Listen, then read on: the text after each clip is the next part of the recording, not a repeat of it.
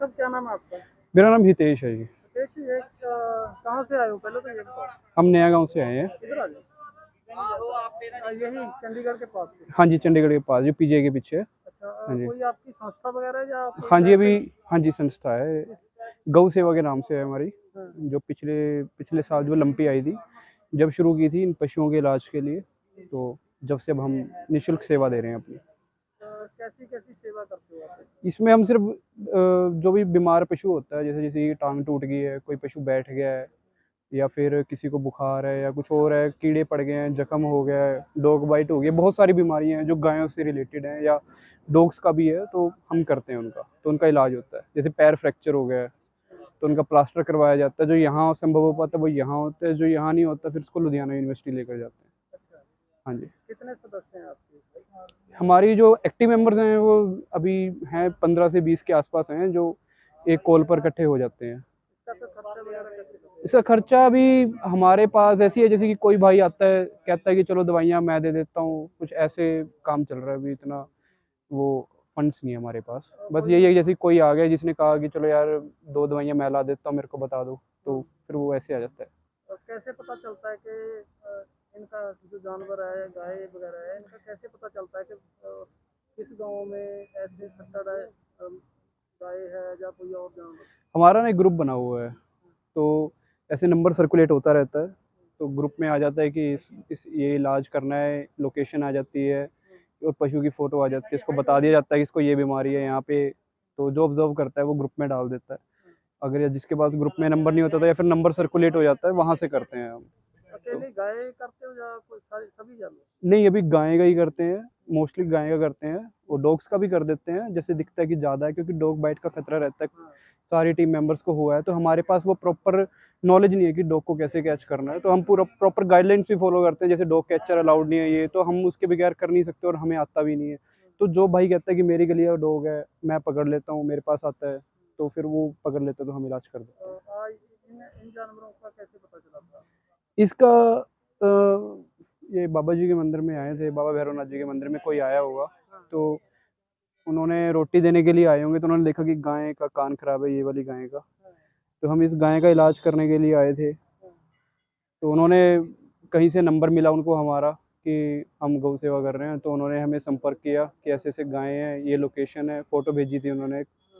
तो हमने कहा था कि हम जाएंगे, तो हम जब इसका करने आए तो हमें यहाँ पर आगे पता चला कि यहाँ एक नहीं, यहाँ 3 गायें बीमार हैं। जो एक ये बच्चा बैठा हुआ था, इसका भी देखा, इसके भी बहुत ज़्यादा कीड़े मैगेट्स हो रखे हैं, और 3 से ज़्यादा जख्म है इसको, टिक्स भी ज़्यादा हैं, चिचड़ जिसे हम कह देते हैं। और एक गाय है, इसका तो बिल्कुल डॉग बाइट ही लग रही है हमें, वैसे हम कह नहीं सकते बट लेकिन डॉग बाइट है, कान बिल्कुल आधा खाया हुआ है, कीड़े पड़े हुए थे, और गले में भी डॉग बाइट का साइन मैंने देखा है। तो अब इनका इलाज जो है यहाँ पे हम कर रहे हैं, हम करने एक आए थे बट हमें मिल गया, तो हम फिर ऐसे पीछे हटने वाले नहीं हैं, तो हमने कहा मैं 3 आए तो तीनों का करेंगे, 4 होते तो 4 भी करते, कोई इसका दिक्कत नहीं है। जैसे लोगों के घर में कई बार ऐसे हालात बन जाते हैं, वो लोग गाय को छोड़ देते हैं, रोड पे छोड़ देते हैं। ये इस पे सरकार को ना एक एक्शन लेना चाहिए, सख्त एक्शन लेना चाहिए, क्योंकि इसमें एक संस्था आगे आके काम नहीं कर पाएगी, इसमें सरकार का सहयोग चाहिए। तो जब तक सरकार आगे आगे इनको रोकेगी नहीं, या अपनी कुछ रिस्ट्रिक्शंस दोबारा से नहीं लेगी, कुछ लॉ नहीं इनके लिए पास करेगी, जब तक तो ये समस्या ऐसी चलती रहेगी। क्योंकि अब ये गायें आपके सामने है, ये गायें दूध देना बंद कर चुकी है, वृद्ध हो चुकी है, बूढ़ी हो चुकी है, ना इसके लिए जगह अभी गौशाला में है, और क्या पता किसी ने ना ही संपर्क किया हो, गौशाला वालों को भी ना पता होगी ये गाय यहाँ पे है। पर लेकिन इस गाय को अभी यहाँ छोड़ दिया है, दूध पीकर ना यहाँ छोड़ दिया गया है। अब ये बीमार होती है, कीड़े पड़ते हैं, कुछ डॉग काट लेता है, या जंगल है, जंगल में इतने जानवर हैं, कोई भी आगे खा सकता है। तो अब इनके ऊपर कुछ नहीं एक्शन है सरकार का, मतलब कि सरकार को एक्शन लेना चाहिए इनके ऊपर कि क्यों छोड़ रहे हैं, क्योंकि अब हम सेवा कर रहे हैं, तो ऐसे और भी संस्थाएं हैं जो सेवा कर रही हैं, बट लेकिन हमें जब डेली डेली हमें जब इतने केसेस आ रहे हैं, तो ये तो है, देखिए वृद्ध है बिल्कुल, ये उठ नहीं पा रही है, हमें इसको बड़ी मुश्किल से उठाया है अभी, इसको भी ट्रीटमेंट दिया, इसको उठाया, अब थोड़ा सा इसको होश आया, थोड़ा सा घूमना शुरू किया है, बट लेकिन अब जिसने दूध पिया है, जिसने इसको रखा है, माँ समझा है, अब उसको छोड़ दिया है। मैसेज क्या लगाना चाहोगे आप? बस मैसेज यही है कि जो हमारी गाय है, ये माँ है, तो फिर माँ के तौर पे ही इसको समझें, पशु ना लें, दूध पीते हैं इसका, इसी के ही दूध से हम सारे बड़े होते हैं। अगर आपके संपर्क करना चाहे कोई? अगर हमसे संपर्क करना है तो हमारा इंस्टाग्राम पे अकाउंट है, यूट्यूब पे चैनल है गौ सेवक, और गौ सेवक से ही हमारा नंबर इंस्टाग्राम कोई पे चैनल है। आपसे कोई राब्ता बनाना चाहे, हाँ जी, आपसे कोई संपर्क करना चाहे, कोई नंबर?